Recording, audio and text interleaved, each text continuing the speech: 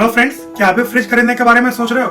तो आपको बहुत सारी बातों का ध्यान रखना पड़ेगा जब भी आप फ्रिज खरीदने की तरफ जा रहे हो। ऑनलाइन खरीद रहे हो या ऑफलाइन खरीद रहे हो, तो उन सब इन बातों का अगर आप ध्यान रखोगे तो आप भी बहुत ही बेहतर फ्रिज खरीद पाओगे। तो चलिए इस वीडियो को शुरू करते हैं कि आखिर फ्रिज खरीदने से पहले कौन कौन सी बातों का हमें ध्यान रखना चाहिए। तो सबसे पहले बारी आती है प्राइस।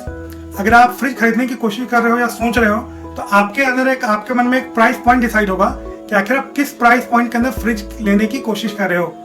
तो उस प्राइस को आप देख लेना, उसके अंदर ही आप इन क्वालिटीज को देखना जो मैं आगे बताना जा रहा हूँ। दूसरी सबसे इम्पोर्टेंट चीज आती है, वो है आप किस टाइप के फ्रिज खरीद रहे हो। Single door, double door, door in door, बहुत तरीके के फ्रिज आ गए हैं जिसमें आप बहुत सारे ऑप्शंस हैं। जिसमें आजकल तो फ्रिज में वाटर प्यूरिफायर भी ऐड होके आता है, जिसमें पानी आपको ठंडा पानी ऑलरेडी ऑटोमेटिक मिलेगा। ऑब्वियसली फ्रिज है, ठंडा पानी आप उसमें निकाल सकते हो। उसके दरवाजे पे ही पानी डिस्पेंसर, वाटर डिस्पेंसर का लगा होता है। तो आपको ये देखना है कि आपको कितने डोर की फ्रिज लेनी है। इस बात का आप जब ध्यान दे लोगे तो आगे आपको देखना है कि आपको कितने लीटर की फ्रिज चाहिए। फ्रिज अलग अलग वैरायटी में आती है, अलग अलग लीटर्स में आती है। कुछ बड़े फ्रिज होते हैं, कुछ बहुत बड़े फ्रिज होते हैं, कुछ मीडियम के लिए आते हैं, कुछ छोटे फैमिली के आते हैं 320, 360। ऐसे जो नीचे आते हैं वो 2 से 4 लोगों के लिए इनफ होते हैं। उससे बड़े के लिए आप बड़े फ्रिज की तरफ देख सकते हो। आपको कितने लीटर की फ्रिज चाहिए, आप इस चीज को जरूर से कंसिडर करना। अगली बारी आती है स्टार रेटिंग। आपको फ्रिज लेने से पहले आपको ये जरूर देखना चाहिए कि आपके फ्रिज में कौन सी स्टार रेटिंग अवेलेबल है। 5 स्टार रेटिंग है, 4 स्टार रेटिंग है, 3 स्टार रेटिंग है। इन चीजों को भी आपको एक बार ध्यान देना है, क्योंकि जितनी ज्यादा स्टार होगी उतने कम बिजली के खर्चे, उतने कम बिजली बिल आएगी आपके पास। तो इस बात का ध्यान रखना। 5वीं आती है आपके फ्रिज के अंदर कौन सी टेक्नोलॉजी अवेलेबल है। एक है फ्रॉस्ट फ्री और दूसरी है डायरेक्ट कूलिंग। ये दोनों टेक्नोलॉजी बहुत अलग अलग है। छोटे फ्रिज, कम बजट के फ्रिज में जो आती है वो डायरेक्ट कूलिंग आती है। बड़े फ्रिज जिसमें अच्छी कूलिंग होती है, बहुत दिनों तक सब्जियां या फ्रूट्स फ्रेश रहते हैं, वो फ्रॉस्ट फ्री में आती है। तो आपको देखना है आपकी फ्रिज कौन सी टेक्नोलॉजी के अंदर है। अगर आप डिटेल में जानना चाहते हो फ्रॉस्ट फ्री और डायरेक्ट कूलिंग के बारे में, तो मैंने आई बटन प्रेस करो, यहाँ पे मैंने बता रखा है कि इन दोनों के बीच में क्या अंतर है, क्योंकि बहुत ज्यादा डिफरेंस पॉइंट्स हैं। तो आप इस चीज को कंसिडर करना। आप एक चीज समझो, बजट फ्रेंडली जो भी होते हैं वो डायरेक्ट कूलिंग के अंदर आते हैं। जो भी बजट फ्रेंडली अच्छी खासे बजट में फ्रिज आती है वो सारी फ्रॉस्ट फ्री आती है। आप इस चीज को कंसिडर कर लेना अभी एक समझने के लिए। अगली बारी आती है कि उसमें सुपर फ्रीजर है कि नहीं। आपको जल्दी से चिल्ड पानी चाहिए, ठंडा बर्फ चाहिए, तो सुपर फ्रीजर की फैसिलिटी है या नहीं। ये बहुत सारे फीचर्स होते हैं, मोस्ट ऑफ द फ्रिज में होते हैं। तो आप देख लेना आपके फ्रिज के अंदर ये है या नहीं है। अगली बारी आती है कि आपके फ्रिज के अंदर चाइल्ड लॉक अवेलेबल है या नहीं। अब चाइल्ड लॉक क्या होती है? बच्चे बार बार फ्रिज खोल देते हैं, तो उसके लिए चाइल्ड लॉक बहुत यूजफुल होता है। तो आप एक बार चेक जरूर करना कि आपके फ्रिज के अंदर चाइल्ड लॉक अवेलेबल है या नहीं। अगली 8वीं जो पॉइंट है वो है आपके फ्रिज कन्वर्टेबल है या नहीं। अब कन्वर्टेबल से क्या मतलब है? सपोज करो आप कहीं बाहर जा रहे हो, कभी जा रहे हो, तो आप फ्रिज दोनों ऑन करके क्यों छोड़ोगे?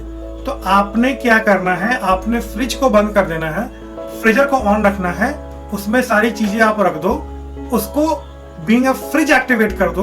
वो फ्रीजर से हट करके वो फ्रिज का काम करेगा और आपकी इतनी छोटी तो आती है फ्रीजर, उसमें ही आपका काम चल जाएगा।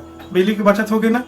अगर आपके यहाँ अचानक से लोग कम हो गए, कम लोग रहने लगे आपके यहाँ, तो आप फ्रीजर को ही फ्रिज की तरह यूज करो, आप फ्रिज को छोड़ दो। तो इसमें अलग अलग ऑप्शंस होते हैं। अगर आप जा रहे हो, आपके पास घर से बाहर जा रहे हो, घर में कुछ भी सामान नहीं है ऐसा जो कि आप ऑब्वियस बात है आप 15-20 दिन के लिए जा रहे हो, तो आप कोई भी ऐसी चीजें तो नहीं रखोगे खाने वाली जो कि आजकल में खाने वाली है। जो भी होगा फ्रीजर के अंदर ही होगा, फ्रिज तो पूरा खाली हो जाएगा, तो फ्रीजर ऑफ कर दो। तो कन्वर्टेबल होता है, आप कन्वर्ट सकते हो फ्रीजर को, फ्रिज में उनका टेम्परेचर सेट कर सकते हो। बहुत सारी फैसिलिटी इसके अंदर आती है। तो देख लेना एक बार कि कन्वर्टेबल फ्रिज है या नहीं, इस बात का ध्यान देना। 9वीं पॉइंट बहुत इंपॉर्टेंट है, इसका जरूर से ध्यान देना आप कि आपकी फ्रिज स्टेबलाइजर फ्री है या नहीं। आजकल फ्रिज के अंदर स्टेबलाइजर इनबिल्ट आती है, आपको कुछ भी स्टेबलाइजर लगाने की जरूरत नहीं है। लिखा होता है स्टिकर लगा के उन्होंने बहुत सारी कंपनियों में, स्टेबलाइजर फ्री ऑपरेशन, मतलब बिना स्टेबलाइजर के आप उसको यूज कर सकते हो। तो देखना जिसमें स्टेबलाइजर का खर्चा ना हो वैसे ही फ्रिज लेने की कोशिश करना। इससे आपके स्टेबलाइजर का खर्चा बचेगा, उस पैसे को फ्रिज के अंदर लगा देना, आपकी अच्छी फ्रिज आ जाएगी। और एक चीज मैं पर्सनल एक्सपीरियंस से बता रहा हूँ, फ्रिज जितनी बड़ी लो उतना अच्छा है। बाद में हमेशा वो आपको छोटा ही लगेगा। फ्रिज मेमोरी कार्ड कहते हैं जितनी बड़ी लो उतना बेहतर है। अगली बारी आती है इसके अंदर इन्वर्टर टेक्नोलॉजी है या नहीं। अब ये क्या बोला है, देखो फ्रिज के अंदर क्या है कि बहुत स्टेबल कूलिंग आने के लिए इन्वर्टर टेक्नोलॉजी का इंट्रोड्यूस, ये इन्वर्टर वाली नहीं है जो इन्वर्टर में यूज करते हैं इन्वर्टर पे चलेगी, ऐसा नहीं है। इन्वर्टर टेक्नोलॉजी से मतलब है कि ये कंसिस्टेंट पावर फ्रिज को देगी, आपके कंसिस्टेंट कूलिंग करेगी आपके फ्रिज के अंदर। तो आपको ये चेक करना है कि आपके फ्रिज के अंदर इन्वर्टर टेक्नोलॉजी अवेलेबल है या नहीं, ये आपको एक बार ध्यान देना है। तो अगर ये है तो बहुत अच्छा है, आप उस फ्रिज को लो।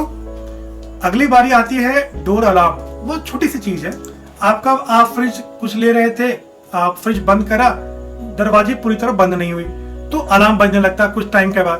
तो आपके फ्रिज के अंदर डोर अलार्म है कि नहीं, इस बात का भी आपको ध्यान देना है। और आखिरी पॉइंट आती है वारंटी।